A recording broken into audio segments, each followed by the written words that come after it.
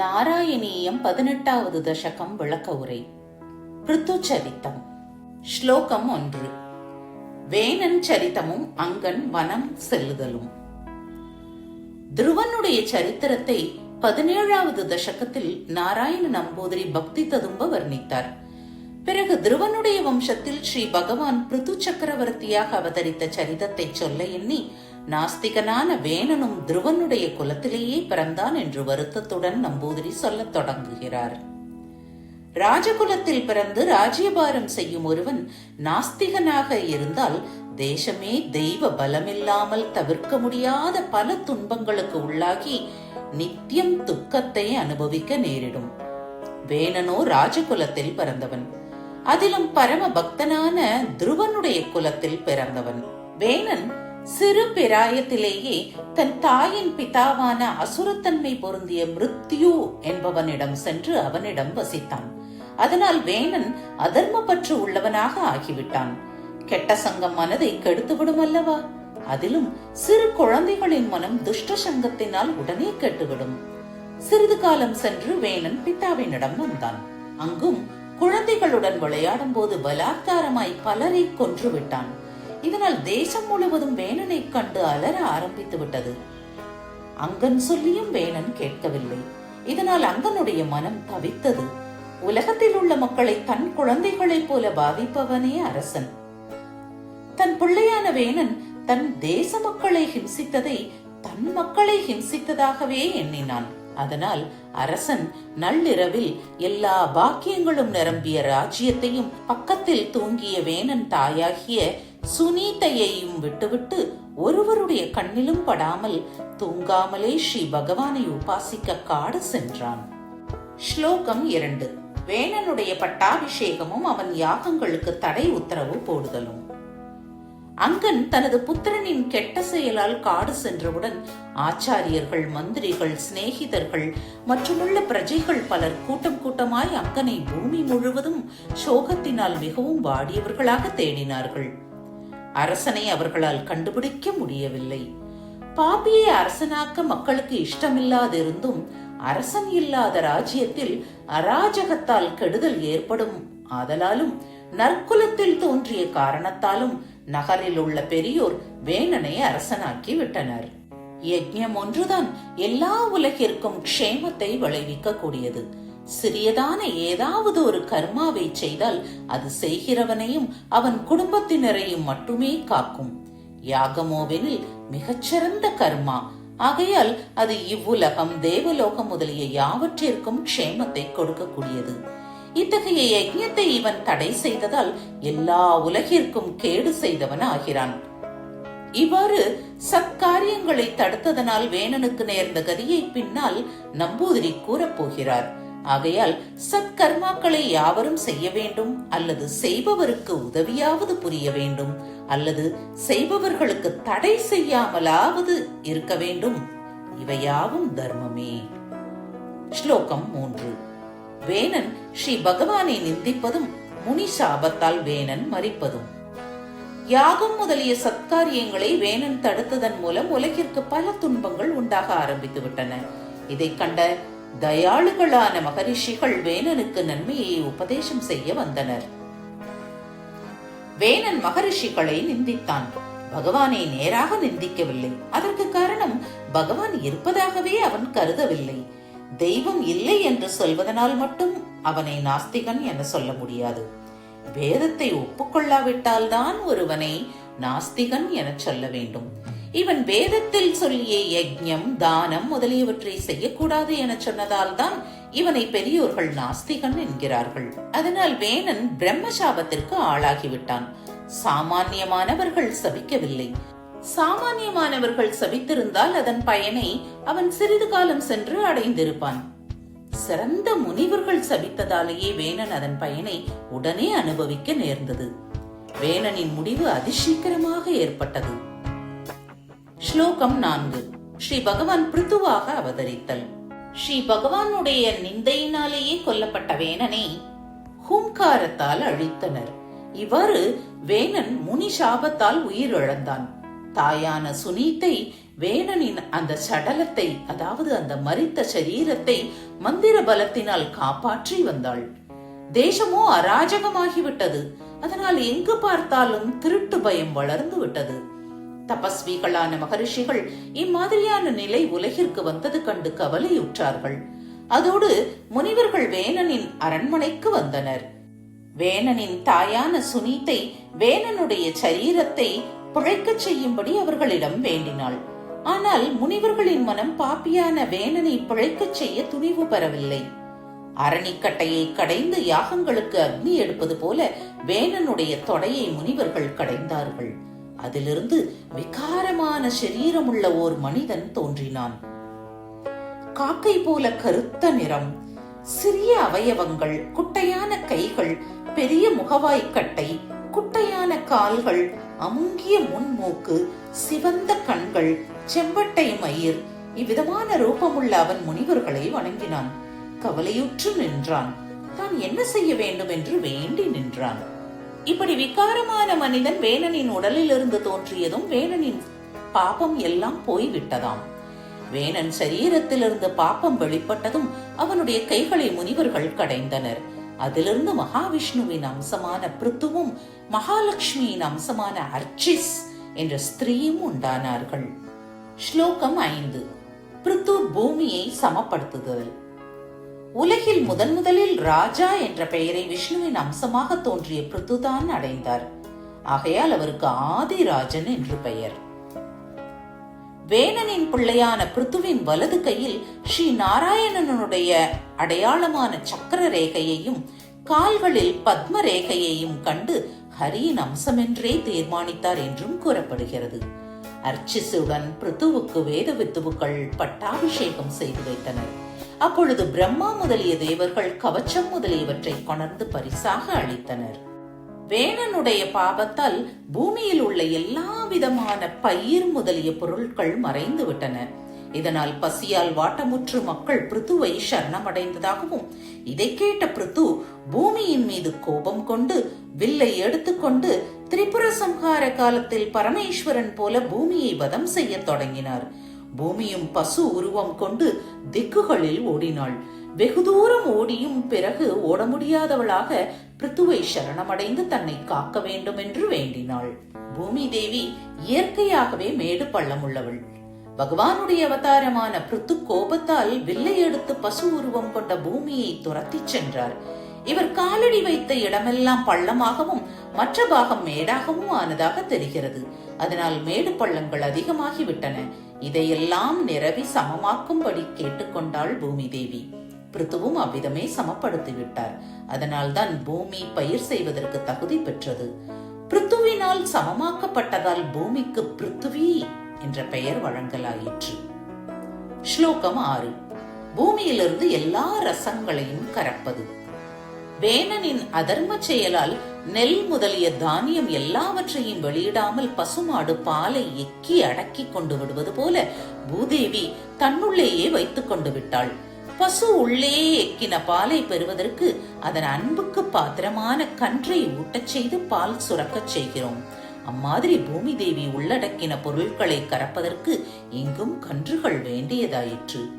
அரசனான பிருத்து பிரியமாயும் ஹிதமாயும் பூமி தேவி சொல்லிய வார்த்தையை ஏற்றுக்கொண்டு தன் குலத்திற்கு தலைவனான மனுவை கன்றாக செய்து கொண்டு பயிர்களை கறந்தார். பிறகு ரிஷிகள் பிருகஸ்பதியை கன்றாக செய்து கொண்டு வாக்கு, மனம், காதுகள் இவைகளாகிற பாத்திரங்களில் சுத்தமும் வேதமயமுமான பாலை கறந்தனர். தேவகணங்கள் இந்திரனை கன்றாக செய்து கொண்டு சோமரசம், அமிர்தம் முதலியவற்றை பொன்மயமான பாத்திரங்களில் கறந்தனர். அசுரர்கள் தங்களுள் சிறந்த பிரகலாதனை கன்றாக செய்து இரும்பு பாத்திரத்தில் மத்தியத்தையும் பணங்கள்ளையும் கறந்தனர். கந்தர்வர்கள், அப்சரசுகள் இவர்கள் விஸ்வாவசுவை கன்றாக செய்து பத்மமயமான பாத்திரத்தில் மனதிற்கு சாந்தி கொடுக்க வல்ல சங்கீதமாகிற பாலை கறந்தனர். ஸ்ராதத்திற்கு தேவதைகளான பித்ருக்கள் தங்கள் அரியமாவை கன்றாக செய்து பித்ருக்களுக்கு கொடுக்கும் அன்னமாகிற கவ்யத்தை சுடாத மண் பாத்திரத்தில் ஸ்ரத்தையுடன் கறந்தனர். இம்மாதிரி சித்தர் முதலியோரும் தங்கள் இஷ்ட பொருட்களை கறந்தனர். எதை எதை யார் யார் கறந்தார்களோ அந்தந்த பொருட்கள் அவரவர்களுக்கு ஆகாரம் ஆகும். இவை யாவும் அதர்மத்தால் பூமியில் மறைந்து கிடந்தன. இங்கு தர்ம காரியங்கள் தடைப்பட்டால் தேவர்கள் கூட ஆகாரம் அற்றவர்களாகி விடுவார்கள் என்பதை ஆஸ்திகர்கள் அறிய வேண்டும். ஸ்லோகம் 7. அஸ்வமேத யாகமும் இந்திரனின் தோல்வியும். வேணன் யாகம் முதலிய சத்கர்மாக்களை தடுத்தான். அதனால் எங்கும் பசி பட்டினி ஏற்பட்டது. இவ்விதம் தன் பிதாவான வேணன் செய்த அக்கிரமத்தை போக்க பிருது சக்கரவர்த்தி 100 அஸ்வமேத யாகங்களை ஆரம்பித்து நடத்தி வந்தார். அஸ்வமேதம் யாகங்களுள் மிகச் சிறந்தது. பிரம்மஹத்தி முதலிய எல்லா பாபங்களும் இதனால் விலகுமாம்.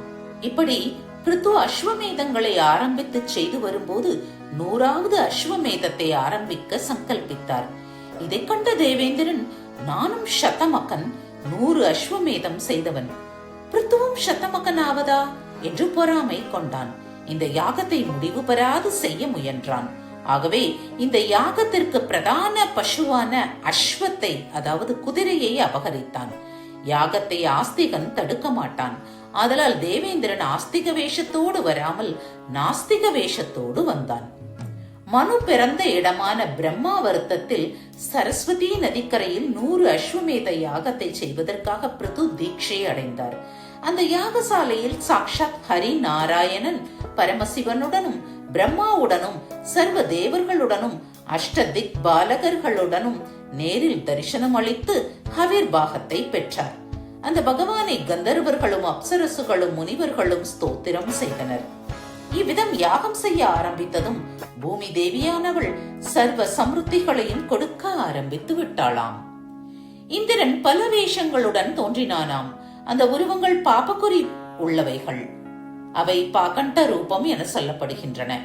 அந்த ரூபத்துடன் கடைசி அஸ்வமேதத்தின் குதிரையை அபகரித்து ஆகாசத்தில் சென்றான். மாயையினால் மறைந்து சென்ற இந்திரனை மகா தபஸ்வியான அத்ரி கண்டுவிட்டார். அதோடு பிருத்துவின் புத்திரனை அழைத்து குதிரையை அழைத்து செல்லும் இந்திரனை காட்டிக் கொடுத்து விட்டார். பிருத்துவின் புத்திரன் தன்னை துரத்துவதை கண்ட இந்திரன் குதிரையை விட்டுவிட்டு ஓடிவிட்டான். இந்த ஆச்சரியமான பிருத்து புத்திரனின் பராக்கிரமத்தை கண்டு சந்தோஷப்பட்ட மகரிஷிகள் அவனுக்கு விஜிதாஸ்வன் என பெயரிட்டனர். இந்திரனை வென்று குதிரையை மீட்டவன் என்பது இந்த பெயரின் பொருளாகும். ஸ்லோகம் 8. பகவத் தரிசனம். தேவேந்திரன் பல உருவங்களுடன் பலமுறை யாக குதிரையை திருடினான். அந்த உருவம் யாவும் நாஸ்திக உருவங்களே. அப்படி அவன் எடுத்துக்கொண்ட உருவங்களோவெனில் ஒருமுறை வஸ்திரமில்லாத ரூபம், மற்றொரு முறை சிகப்பு வஸ்திர ரூபம், ஜடை தரித்து சாம்பல் பூசிய உருவம் முதலிய பலவாகும்.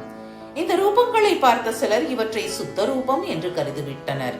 அவற்றை தாங்களும் தரித்துக் கொள்வது தர்மம் என கருதியது கண்டு பிருத்துவுக்கு கோபம் வந்துவிட்டது. அப்படி உருவம் தரித்து ஆகாசத்தில் சென்ற இந்திரனை பானத்தால் வதம் செய்ய எத்தனித்தார். யாகம் செய்யும் நீ வேதத்தில் சொல்லப்பட்டதை தவிர வேறு வதத்தில் ஈடுபடக்கூடாது என எல்லோரும் தடுத்தனர். இப்படி தடுத்த ரித்விக்குகள் இந்திரனை கொல்ல தட்சிணாக்னியில் ஆபிச்சார ஹோமம் செய்ய முற்பட்டனர். யாக பசுவை அபகரித்தவனை வதம் செய்ய வேதத்திலும் பிரமாணம் இருக்கிறது. ஆகையால் இதை அனுசரித்து இந்திரனை வதம் செய்ய முற்பட்ட ரித்விக்குகளை பிரம்மா தடுத்து விட்டார். அப்பொழுது பிரம்மதேவன் கூறியதாவது: இந்திரன் குதிரையை எடுத்து போகட்டும். நீ எந்த யஜ்ஞ புருஷனை பூஜிக்க யாகம் செய்கிறாயோ அவனுடைய சரீரம் என்றோ இந்த இந்திரன். ஆகையால் அவனை கொல்வது சரியில்லை. நீ செய்த அஸ்வமேதங்கள் 100க்கு 1 குறைவாகவே இருக்கட்டும். நீ மோட்ச தர்மம் அறிந்தவன், அதனால் யாகம் செய்தது போதும் என்று கூறினார். இந்திரனுடன் பகவான் வந்தார். இவன் செய்த யாகங்களால் சந்தோஷப்பட்டு பிருத்துவை பார்த்து சொன்னதாவது: ஓ அரசனே, இந்த இந்திரன் தான் உனது யாகத்தை தடை செய்தவன். உன்னிடம் மன்னிப்பு கேட்க இங்கு வந்து இருக்கிறான். நீ பொறுத்து மன்னிக்க வேண்டும். சுத்தர்களான சாதுக்கள் பிராணிகளுக்கு கேடு நினைப்பதில்லை, ஏனெனில் ஷரீரம் ஆத்மாவாகாது. இவ்வாறெல்லாம் ஸ்ரீ பகவான் செய்த உபதேசத்தை பிருது மகாராஜன் சிரசினால் பெற்றுக்கொண்டான். உடனே தேவேந்திரன் பகவானுடைய அம்சமான பிருத்து மகாராஜாவினுடைய பாதங்களை வெட்கத்துடன் தொட்டான். அத்தகைய இந்திரனை பிருத்து மகாராஜா அன்புடன் ஆலிங்கனம் செய்து கொண்டார். இந்திரனுடன் இருந்த துவேஷத்தையும் விட்டுவிட்டார். ஸ்லோகம் 9. பிருத்து தர்மோபதேசம் செய்வதும் சனகாதிகள் வருதலும். ஸ்ரீ பகவான் பிருத்து மகாராஜாவை பார்த்து கருணையோடு வரம் ஒன்றை கேட்கச் சொன்னார். விவேகியான அரசனோவெனில் அழியக்கூடிய பொருள்களை வரமாக கேட்கவில்லை, பகவானிடத்தில் அளவற்ற பக்தி ஒன்றையே வரமாக கேட்டார் என்று பக்தரான நாராயண நம்பூதிரி நேரில் பார்த்தது போல கூறியிருக்கிறார். இப்படி தன்னிடத்தில் அளவு கடந்த கருணை வைத்த ஸ்ரீ பகவானை பார்த்து பிருத்து சக்கரவர்த்தி கை கூப்பினார். கண்களிலிருந்து ஆனந்த ஜலத்தை பெருக்கினார். கண்களில் நீர் நிறைந்திருந்ததால் பகவானை பார்க்க முடியவில்லை. தழுதழுத்த நெஞ்சினால் சிறிதும் பேசவும் முடியவில்லை. ஹிருதயத்தினால் ஸ்ரீ பகவானை ஆலிங்கனம் செய்து கொண்டு வசப்படுத்தி விட்டார். பிறகு கண் ஜலத்தை துடைத்துக் கொண்டு அவர் பகவானை கேட்ட வரமாவது,